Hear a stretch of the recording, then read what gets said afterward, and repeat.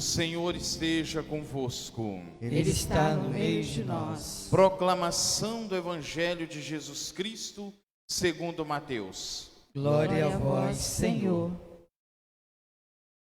Naquele tempo, Jesus começou a mostrar a seus discípulos que devia ir a Jerusalém e sofrer muito da parte dos anciãos, dos sumos sacerdotes e dos mestres da lei, e que devia ser morto e ressuscitar no terceiro dia.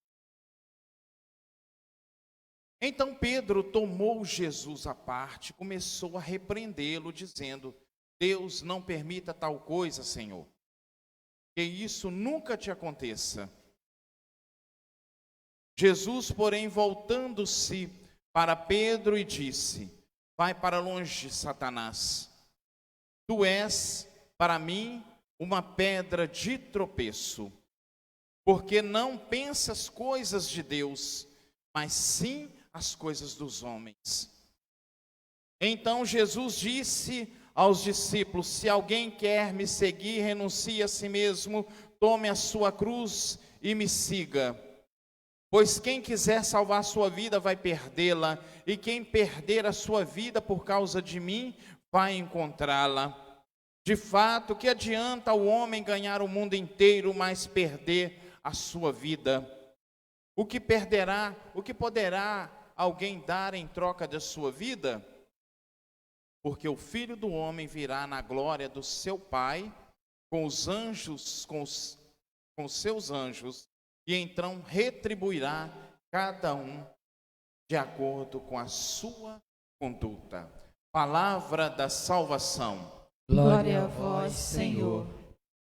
Seduziste-me, Senhor, e eu me deixei seduzir, vai dizer o profeta Jeremias. Seduziste-me, Senhor, e eu me deixei seduzir. Foste mais forte e tiveste mais poder, tornei-me alvo de risão o dia inteiro, todos zombam de mim. Por quê? Por causa da palavra. A palavra, nem todos estão preparados para ouvir a palavra, talvez nem aqueles que fazem parte daqueles que deveriam estar na palavra, ainda não compreendendo a palavra, persegue os que são enviados para a palavra. O profeta está a serviço da palavra, não é a palavra a serviço do profeta.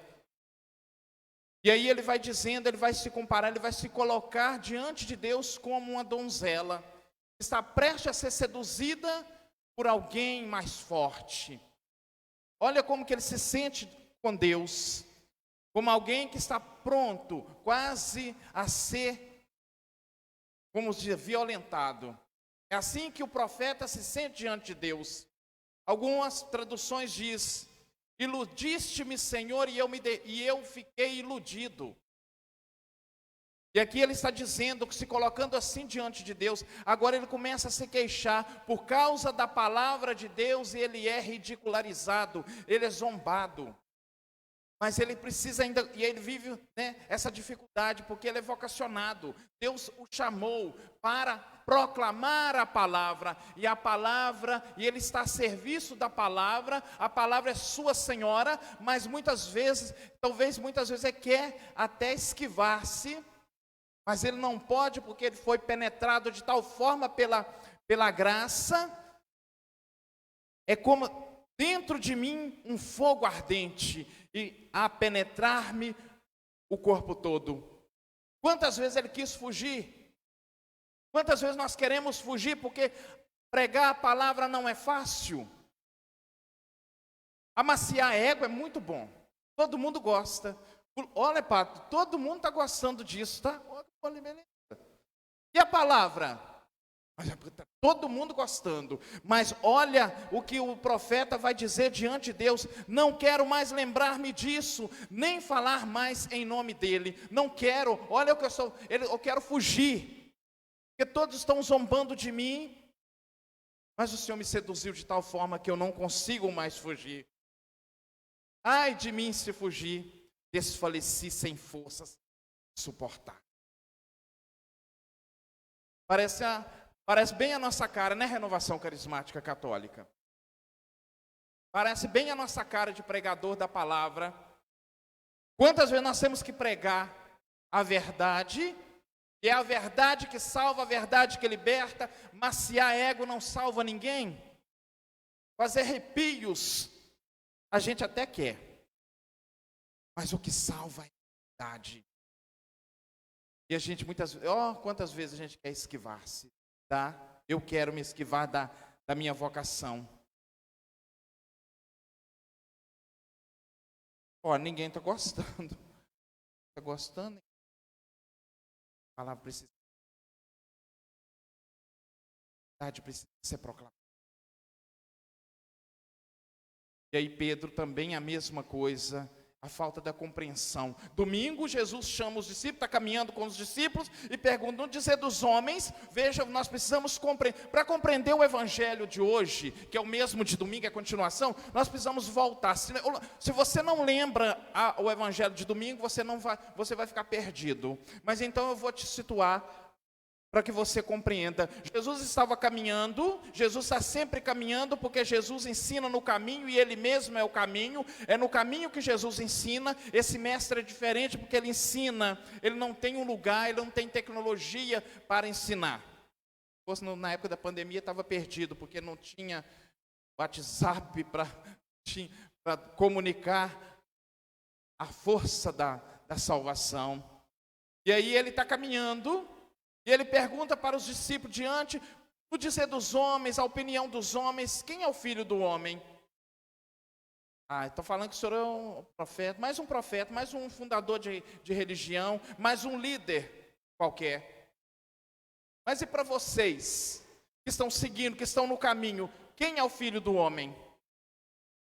Quem é Jesus de Nazaré? E aí Pedro, em nome dos discípulos, em nome dos 12, ele se levanta e ele proclama a fé. Tu és o Cristo, Filho do Deus vivo. E aí Jesus vai dizer para ele, Pedro, bem-aventurado és tu, porque você não se deixou levar por aquilo que os homens estão dizendo, não é a carne nem o sangue que te revelou isso, mas o Pai que está no céu é que te revelou. Por isso eu vou te dar a chave, tu és Pedro, Simão, tu és Pedro, e sobre essa pedra edificarei a minha igreja. Veja o que Jesus está dizendo. Pedro não está falando agora de Jesus como os outros estão dizendo, baseado nas opiniões das pessoas, a respeito do Messias.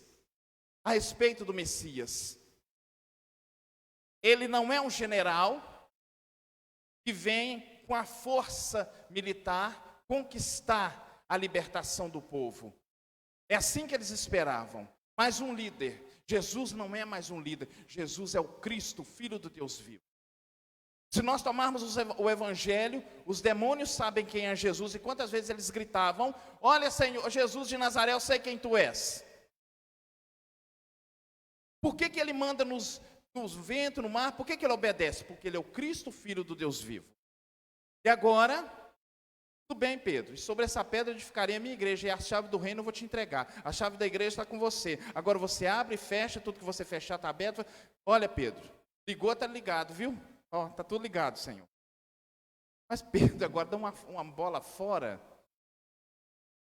Agora Jesus falou, não vai contar isso para ninguém. Por quê? Porque ainda ninguém tem compreensão de quem é Jesus de Nazaré. E parece que continua, depois de 2000 anos, parece que a dúvida é a mesma. Quem é Jesus de Nazaré? E é aí que eu e você, Renovação Carismática Católica, o Espírito Santo suscitou você, Renovação Carismática Católica, para anunciar de fato quem é Jesus de Nazaré, o Cristo, Filho do Deus vivo. Não é mais um líder, não é mais alguém todo-poderoso que tem uma autoridade política, militar, não, Ele é Senhor e Salvador das nossas vidas, Ele dá sentido à nossa vida. A Renovação Carismática Católica, chegou a hora de nós nos levantarmos nessa sociedade que não sabe em quem é Jesus, em quem depositar a confiança diante do monte de situações complicadas que nós estamos vivendo. Existe uma esperança e uma certeza, Jesus Cristo é o Senhor.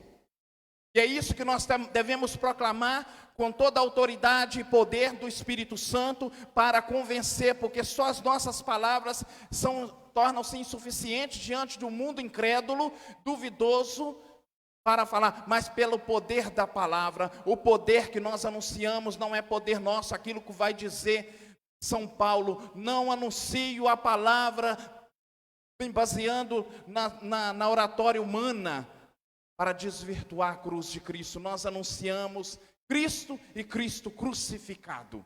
É isso que nós anunciamos, Cristo crucificado, ressuscitado, certeza de salvação para todo ser humano, esperança para um mundo sem esperança. É isso que nós somos chamados, renovação carismática, a nos levantar como Jeremias, como tantos profetas se levantaram num momento de crise para anunciar a esperança.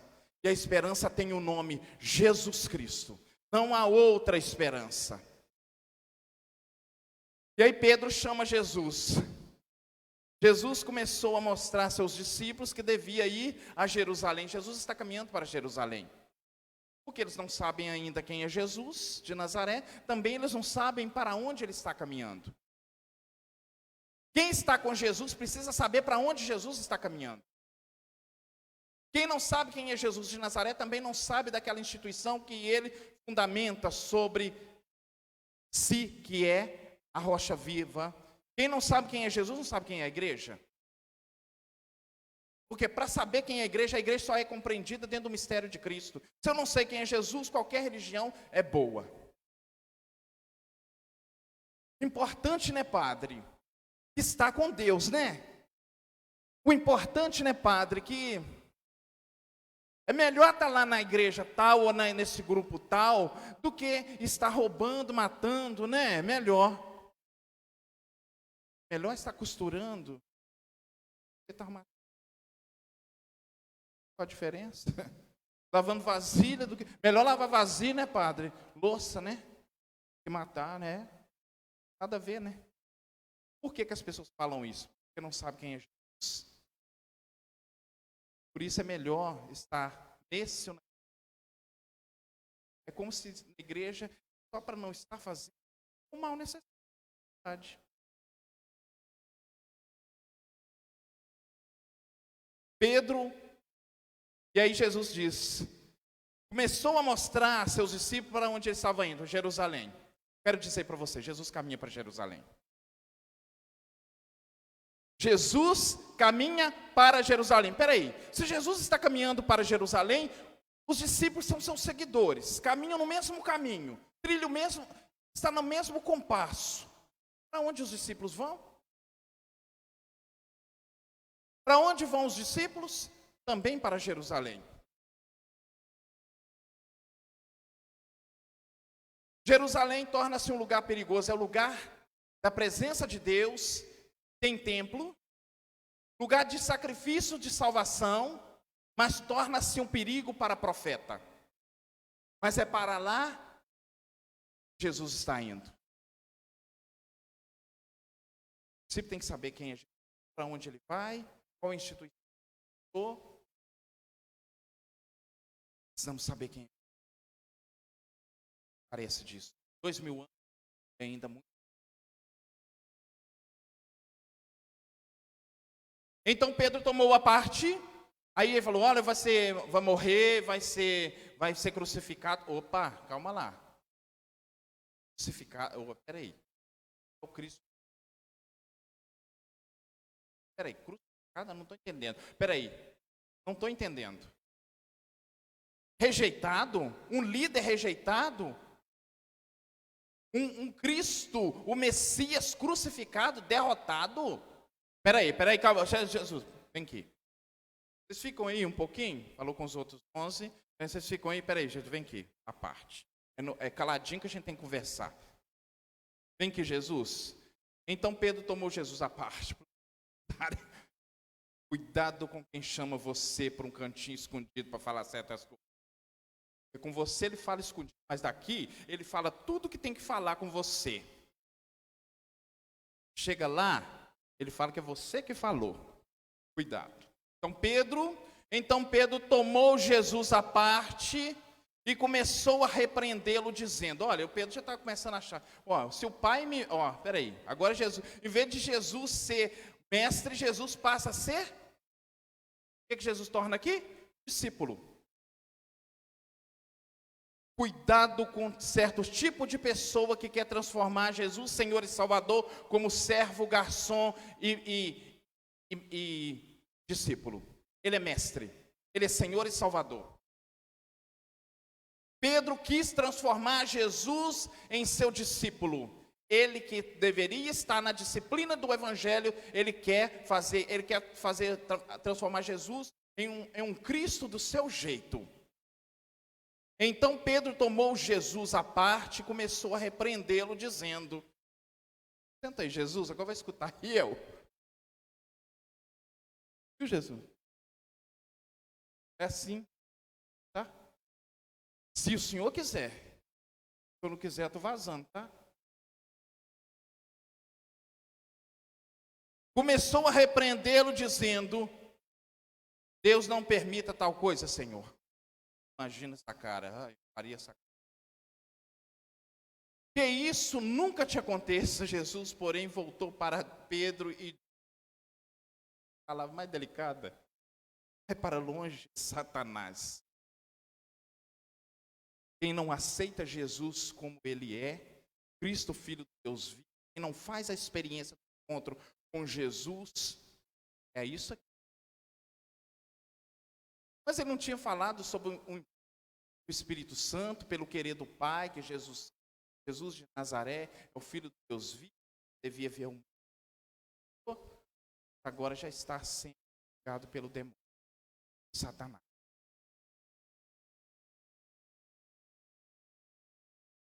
O chefe já encostou. O chefe encosta, mas o mestre está ali. Jesus não é chefe, Jesus é Senhor e Salvador. Mas o chefe estava lá. Tu és para mim o quê? O que está escrito agora? O que está escrito? Tu és para mim pedra de tropeço. Mas, domingo Jesus não falou: tu és Pedro e sobre essa pedra eu edificarei a minha igreja. Sim, quando nós professamos a fé, inspirado por Deus, nós somos pedra da igreja, pedra viva. Mas quando nós começamos a querer um Jesus do nosso jeito, que atenda aos nossos caprichos, nós já nos tornamos para os outros pedra de tropeço. Agora, pedra de tropeço para quem? Para os irmãos? Não, para o próprio Jesus.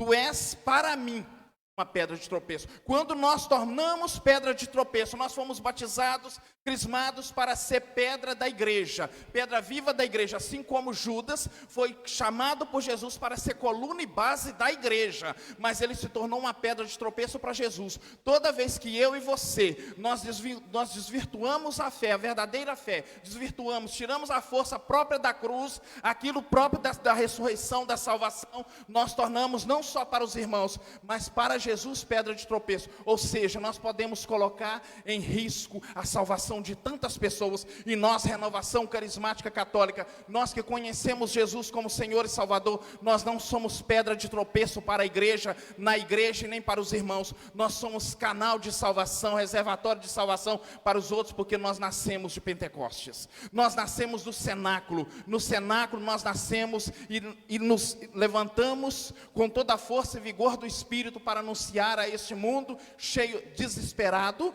a grande esperança, a ressurreição. Cristo crucificado, morto e sepultado, mas ressurgiu ao terceiro dia, causa eficaz da salvação, esperança para este mundo. Mas quando eu de fato sei quem é Jesus de Nazaré, se eu não sei, eu vou fazer confusão na vida de tantas pessoas. Pedro, afasta de mim, Satanás. Por quê? Tu és para mim uma pedra de tropeço, porque não pensas as coisas de Deus, mas sim as coisas dos homens. Então, para Jesus, esse negócio de a voz do povo é a voz de Deus, cuidado.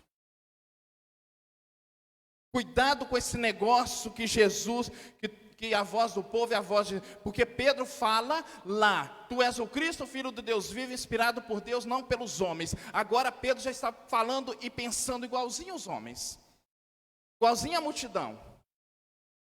Aí torna a pedra de tropeço.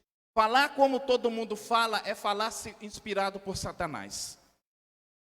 Se nós não tivermos clareza de quem é Jesus, nós vamos começar daí a pouco, nós estamos dentro da igreja, mas falando igualzinho às pessoas lá do mundo. Pedro, você é discípulo desse homem? Você fala igual a ele? Não, eu nem conheço. Mas não conhecia? Mas não corta até orelha de soldado? Não conheço não. Mas não foi você que cortou a orelha daquele soldado? Não, mas você fala igual a ele. Seu sotaque é bem parecido. Até a sua gíria, até os seus bordões é bem parecido com o de Jesus. Em verdade, olha, é bem parecido. Não conheço. Nunca vi mais magro, nem mais gordo, mais alto, nem mais baixo. Se alguém quer me seguir, renuncie a si mesmo. Aí, então Jesus disse aos discípulos, Jesus não fica só no cantinho. Agora ele vira para todos os discípulos e vai dizer aquilo que ele precisa dizer. Quem quiser me seguir, toma sua cruz a cada dia. Falando disso. Ele vem. Passa pela cruz. Ele triunfa a morte. Ele não para na cruz. Ele sobe o Calvário. Desce do Calvário. Ele vai ao sepulcro. Ele rola a pedra. Porque o Filho do Homem virá na sua glória. Virá na sua glória e então retribuirá a cada um de acordo com a sua. Meu irmão, Simão, no caminho com Simão. Ora ele vivia como Simão, tinha hora que ele vivia com pedra. Há algum momento, somente depois que ele entra no cenáculo, às 9 horas da manhã, o Espírito derrama e ele de fato ali, ele assume pedra. Não agora mais pedra de mas pedra da igreja. E assim com você. Na teoria, nós podemos até saber que somos pedra. Na teoria, porque nós fizemos o curso de batismo, até a gente sabe que não, até eu sei que sou pedra, mas daí a pouco eu estou agindo como pedra de tropeço. Pedindo que a graça de Cristo Jesus chegue a mais pessoas.